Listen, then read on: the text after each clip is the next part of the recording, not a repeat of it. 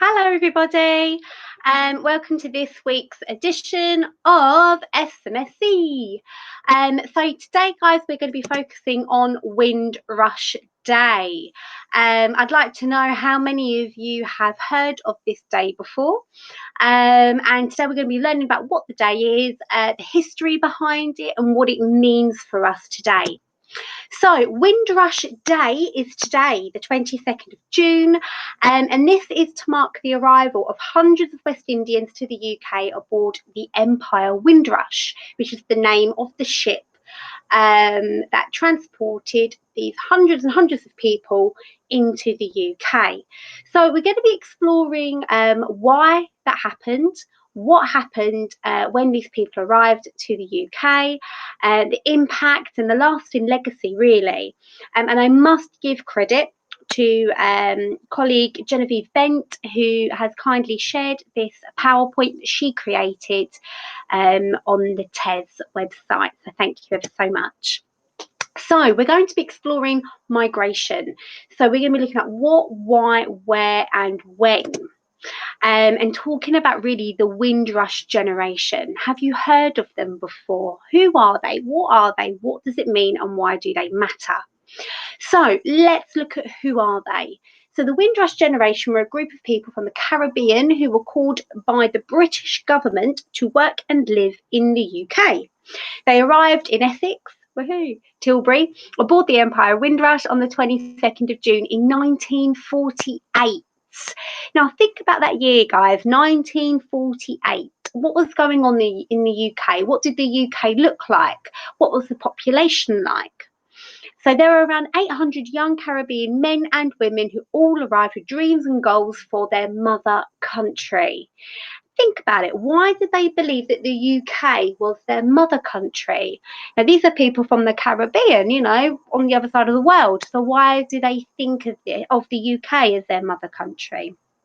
Now, the number is often quoted around 492 to about 500 Caribbean people. However, archives actually indicated this was around 802.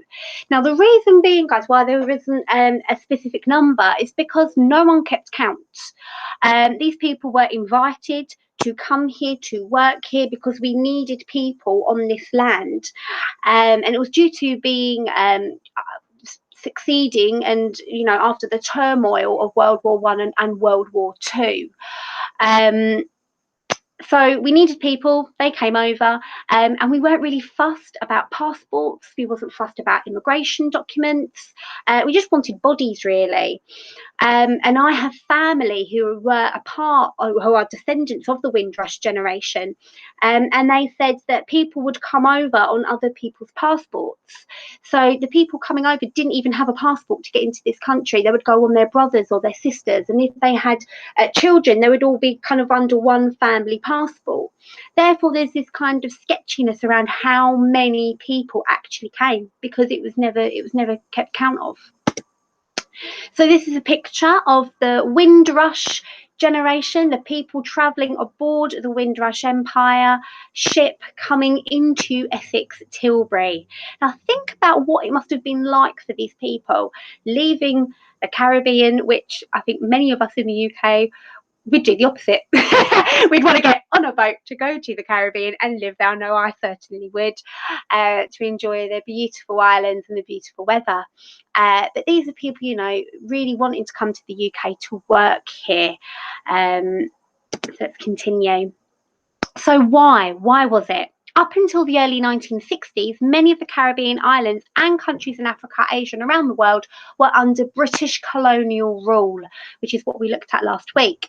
And they were known and part of the British Empire. Now, that is the reason why, guys, I said about the mother country, the motherland, because we ruled their country. So and then for us to invite them to come and work here, it was a sense of, wow, we're going to go to you know, the country that started it all off, really. The Queen, our Queen, was the head of state for all of these countries, and in 1948, the British Nationality Act was passed. Now, this act, this piece of legislation, granted all members of the British Empire citizenship and the right to live in the UK. So we are looking at African countries, Asian countries, West Indian countries. So after 2 world wars and the recent end of World War II in 1945, the UK needed to rebuild its country and economy. The British government advertised opportunities for employment, which attracted many people to leave the Caribbean for the UK. This is what it looked like, guys. This is the UK. So if we look at this photo, you know, we've got buildings which have obviously been bombed, people who have died. You know, we've just come out of this war, and therefore we need more people to build the economy and to build the country. And we have these people, really fortunate for these Caribbean people to come to the UK to help us to do that. So Empire Windrush. HMNT Empire Windrush was originally a cruise ship called Monte Rosa, used in Germany in the 1930s, and was also used as a transportation vessel in World War II. In 1948, Empire Windrush travelled from Australia to London. It docked in Kingston, Jamaica, and after a newspaper advert promising employment in London, people across the Caribbean decided to embark upon this journey to the mother country. There were almost 1,100 people aboard the Windrush, which arrived in Tilbury 22nd of June 1948, for most of which Britain was their final destination. So again, we've got another statistic there, but as I said, it is really disputed. So what does Windrush generation mean? Windrush generation is the term used for the group of settlers which arrived from the British West Indies between 1948 and the early 1960s. Windrush generation most notably refers to those who arrived aboard the Windrush, but many Caribbean people also arrived in the coming years. Windrush generation marks the start of a multicultural Britain and the development of the modern Britain we know today. So, how were the Windrush generation welcomed? So, from what I've said so far, you know, our country is in turmoil, our buildings, you know, derelict and destroyed. You'd think, woo, yes, we've got help. Help is on the way. You know, these people have left their home country, they've left their families, they've left everything they know behind to come to our country and to help us. So for me, it's going to be like, yes, surely these people would have been welcomed with open arms. So let's find out. The arrival of Windrush and the immigrants was big news. Many newspaper reporters greeted them to take pictures of the arrivals and interview some of them. However, members of Parliament, who are known as MPs for short, complained after the Windrush arrival, urging for controls on immigration. The British people were also not happy to see so many black people in their country, and this marked the start of difficulty ahead for the Windrush generation. So the newspapers were like, whoop, but the MPs and the British people were not. So, for the right to stay for all descendants and close family of the Windrush generation, this is what people were campaigning for. So unfortunately, when they came to the UK, they were met with racism. So in the first picture here on the left, "Keep Britain White," spray painted on a lady's door. No colour bar on immigration. This was a protest, as you can see in the middle picture here. And if you remember, guys, colour bar was a term that I spoke about, which basically was like racial segregation. You know, so blacks and whites to remain separate. Obviously, we've got a young gentleman here being arrested by the police. This is a really famous sign: no Irish, no blacks, no dogs. And obviously for Irish people, again, they were invited to come to England to help build the country, etc. And they were met with the same discrimination as well. And, you know, no dogs actually meant like no dogs, as in the pets. So they weren't even seeing Irish people or black people as human beings. They were seeing them as animals. Again, we've got more protesting here. So it was a hostile environment. So the Windrush generation were not welcomed by the British citizens. They were racially abused, refused housing, so they've just arrived and they've got nowhere to live, refused employment, although they were promised jobs, harassed by the police, so that's coming to police brutality, which we are still seeing today, unfortunately, in some parts of the world. Bullied in schools by students and teachers, and made to feel like they were unwanted, illegal, they were aliens. They were refused all these basic human rights because they were black. Racism, guys. Many of the settlers were forced to live in the underground shelters that were built for the war, such as the Clapham shelter. How awful, you know, we've invited these people over, woo, yeah, come help us, and then met with this. There were also protests by British citizens. So this was a protest against the Race Relations Act, which was passed in 1968, which made it unlawful to discriminate due to race. And this was a far-right group called British Natural Born Citizens. And as you can see, it says Britain for the British. Now, we still see groups and pockets of people like this, unfortunately. The most notoriously known one today is called the English Defence League, which, again, I spoke about last week, and really is founded on racist principles that Britain needs to be white and for white only, for white English people. And of course, guys, you know, if you know your education and if you go back, you know, there is no such thing as a pure English race. I mean, we've been conquered and conquered so many times that it doesn't exist. So it's pure racism, which of course is illegal. So, a hostile environment. In 1968, the Race Relations Act was passed, making it illegal to discriminate against somebody because of their race, ethnicity, or nationality.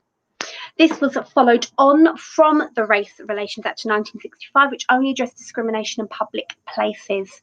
And then since then, we've had more legislation passed because this legislation was not adequate to deal with the discrimination which we face in our society.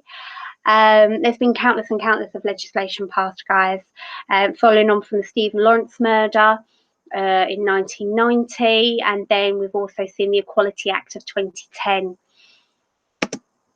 So, how did the Windrush generation contribute to the UK? So, we're now going to put racism to the side and how these people were welcomed. Let's actually see what these Windrush generation, these West Indian people did. So, almost all the adults who arrived over the number of years had vocations, trades, and skills that made them highly employable. There were nurses, electricians, seamstresses, which was dresses, woodworkers, dressmakers, and so much more.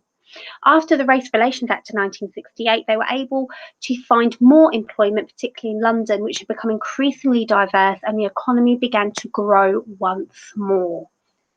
Yay, that's a good thing, isn't it? Economy growing, money in our pockets, money available for our services. So as you can see, guys, we have got a picture here of these black nurses, West Indian Caribbean nurses, working alongside, we see here, perhaps a British or an Irish nurse, we don't know, or an English, sorry, because Britain is, of course, Ireland.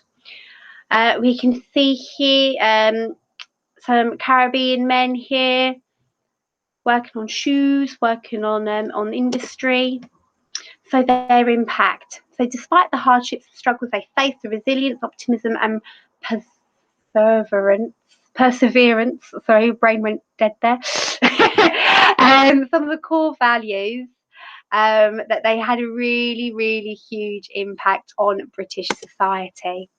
So let's look at the impact. So we have sound systems. Sound systems are a cheaper alternative to live music and were played on the streets around the island of Jamaica. As Caribbean people moved to Britain in larger numbers, they brought the sound system along with them. Now, guys, if you are into your reggae music, if you've been to any kind of reggae parties, you all know massive great big speakers are there, and that's quite a traditional thing that has been brought from the Caribbean islands. Now, as Caribbean people did move to Britain in large numbers, they were not welcomed at traditional clubs and could not hear the music they loved. So because they weren't allowed in the nightclubs and in bars and things like that, they had to make their own parties. So these were in private spaces, normally in houses, on parks, and they would play reggae, calypso, and they introduced something called lovers rock music. Now, lovers rock music is a genre which was created by the Black British Caribbean people and was an evolution of reggae music, which developed and took off in the UK, including the #2 single, Silly Games by Janet Kay. I'd recommend that you put that into YouTube and have a listen, guys. Trojan Records. So Trojan Records were one of the biggest record labels, and they're British, founded in 1968. If you want to click on here, and again, put this into YouTube, have a listen to the reggae, listen to the calypso, see how it makes you feel when you listen to it. Notting Hill. As areas such as Ladbroke Grove in London became more and more inhabited and influenced by West Indian people, racial tensions between white British and West Indians. In 1958, following the racially motivated killing of an Antiguan man, Kelso Cochrane, racial riots broke out on Notting Hill.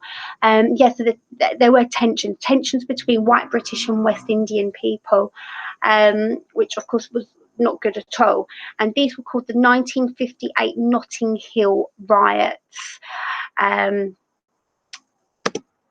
Now, to bring the community together, this is a woman called Claudia Jones, and she was a Notting Hill resident, so was living in the area at the time where whites and blacks are finding it difficult to kind of gain some sense of community cohesion.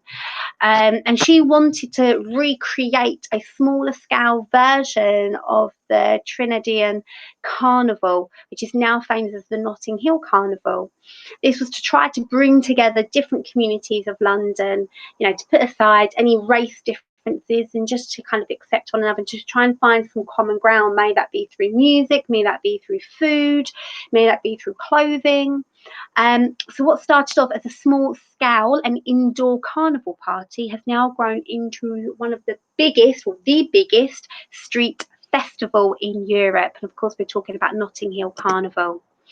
So this is the first indoor carnival organised by Claudia Jones in 1959. This was 5 months after the riots, which broke out after the Antiguan man was murdered. This was Notting Hill Carnival in the 60s. You see here, we've got a police officer getting involved. Woo, street party.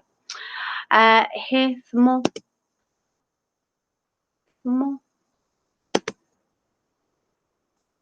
Some more here. It really, you see, guys, it's just bringing together people, looking at, the different kind of culture, may that be through dress, and kind of, celebrating diversity. I think celebrating diversity is really, really important. If we ignore diversity and you don't understand what makes us different as people, then you can kind of have a bit of ignorance towards it, and that then can lead to hatred and discrimination. So it is really, really important to actually understand why some people might be different to you are, so that there isn't this kind of alienation between you and that other person. And to celebrate different cultural festivals is a fantastic way of bridging this gap. If you haven't been to Notting Hill Carnival before, I recommend that you go. It's a fantastic day out, of course. Seek advice and parental consent. Grab your parents, make a family day of it if you can and if you want to. I'm not sure if it will take place this year because of COVID, but certainly in past years it's been really, really great. So let's talk about Brixton. Now, Brixton and Notting Hill and Ladbroke Grove have the largest inhabitants of Black Caribbean migrants. Brixton is well known for being a hub of the Windrush community, from food markets selling Caribbean foods to the sound system and record shops and to community centres. Such was the influence of the Windrush generation on Brixton that in 1998, the area outside of Brixton's Tate Library was renamed Windrush Square. And again, I went to Brixton in January to go to a concert, and it's a fantastic area. Didn't always used to be like that. I think back in the 80s, had some issues. But really, it really is a fantastic community. Lots of kind of street art everywhere, murals, and you can just sense like a really good energy there and atmosphere. There we go. There's Windrush Square, Brixton. And that's where I went to when I went to see my concert back in January. Okay, Brixton Market. Can get lots of different items there: food, clothing, textiles, records. There's Bob Marley visiting Brixton during his time in London on tours. He actually took time, from his busy schedule to go and visit the Caribbean community, the Jamaican community, the Antiguan communities, because of course he was Jamaican. Sound system in Brixton. When you see Jah, that's God, Rastafarianism, which is of course one of the many religions that practice in the Caribbean islands, as well as Christianity. Now let's talk about the Brixton riots. Now this is in 1981, kind of touches upon what I spoke about briefly there in the 80s. It wasn't, all peace and harmony. Brixton, unfortunately, has been the centre of some riots. Most recently, I think, was 2011 when Mark Duggan was shot by police and died. But of course, if you've got a hub of people from a particular heritage like we have here for the West Indies Caribbean people, and therefore you feel like there's racism in the country, these are going to be the pockets of areas where you're going to see a lot of kind of social conflict. They're people expressing how they're feeling, and it's our job as a society, as practitioners of sociology, if you want to do sociology, guys, this comes into here, about building value consensus, which means that everybody is working towards the same values, as in equality and respect. And that's why we have British values, which I'll touch upon at the end here. So in 1981, following police brutality against community of Windrush, but more importantly against the first generation of Black Britons, riots broke out. And when we say police brutality, guys, this is police unlawfully discriminating the Black community. More stop and searches, more kind of police interference in their day-to-day life. As a white person, I will never be able to kind of understand what Black people have to go through, kind of living in a different country, being the ethnic minority. I can only empathise. Operation Swamp was a police operation which targeted large numbers of Black men on the streets of Brixton and Lambeth because they were suspected of wrongdoing. And of course, that kind of led into the whole stereotype of Black mugger, Black criminal. And we study this extensively in sociology, which is, is completely founded on racism, unfortunately. So Brixton's Black population was fed up and angry, and riots between them and the police ensued for a total of 3 days. 3 days. So we're now going to fast forward to the Windrush scandal. Video clip here if you want to click on it. I'll put up the PowerPoint as well on the Classroom, on the Google Classroom post. So in 2017, only 3 years ago, it emerged that the UK government had wrongly detained and deported many Commonwealth citizens. So we're talking about the British Empire, we're talking about the Windrush generation here, back to their country of birth to despite having been here for decades. So many of these people were part of the Windrush generation or their children who were now in their 50s and 60s. This was a grave injustice for the people who had built their lives in Britain and hugely contributed to the development of it.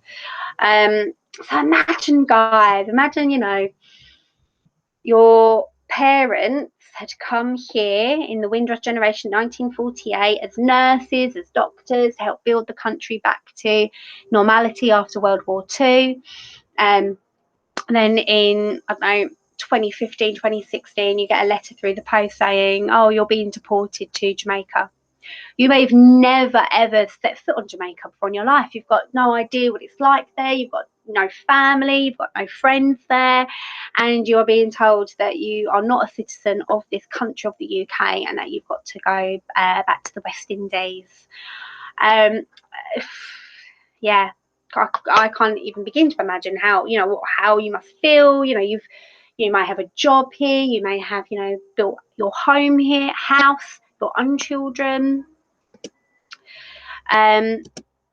So at the moment, the government are doing a lot to look into the errors of that way. The new Foreign Secretary, I can't remember her surname, but she is launching an investigation, a commission to see why that had happened, because it was wrong. It was wrong of the government to do so. And again, you know, denying human right, the right to, you know, have citizenship of where you live. So keep your eyes on the news, and to find out how that commission and that investigation goes. It's unfolding as we speak at the moment, so do keep your eyes out for it. So guys, how does today link in with British values? Because everything we look at, the SMSC, citizenship, PSHE, wellbeing, it all interlinks with our British values. So they are, remember, democracy, being a part of government, using your voice, voting, protesting, social action. Number 2, rule of law, to follow the rules of law. But if there are unfair laws, like we had, you know, segregation laws many years ago, have questioned them, not in a hostile way, no, not that at all, but in an academic way, in a thinking way, and then to go to your MP and to challenge and to ask questions about those. You know, we really want to encourage you to be thinking about things. Number 3, tolerance of different cultures and religions. As we saw, guys, unfortunately, many English people did not want the Caribbean people to be here. Why was that? You know, the country needed them. Mutual respect, treating others how you wish to be treated, and individual liberty, which means to have your freedoms, your human rights. So a lot of this links in with today. Now, if you would like to talk to somebody at all for more advice or help, always talk to your family. You can go to your teacher, your mentors, wellbeing warriors. Of course, you can email us, wellbeing@ormistonriversacademy.co.uk. You wouldn't go to your doctor really about this, unless, of course, you're maybe experiencing some mental health stuff related to this. But, you know, if you need any help, let us know. Okay, so I'm going to stop presenting my screen. I wish you all a fantastic week, and I look forward to seeing you again. Bye.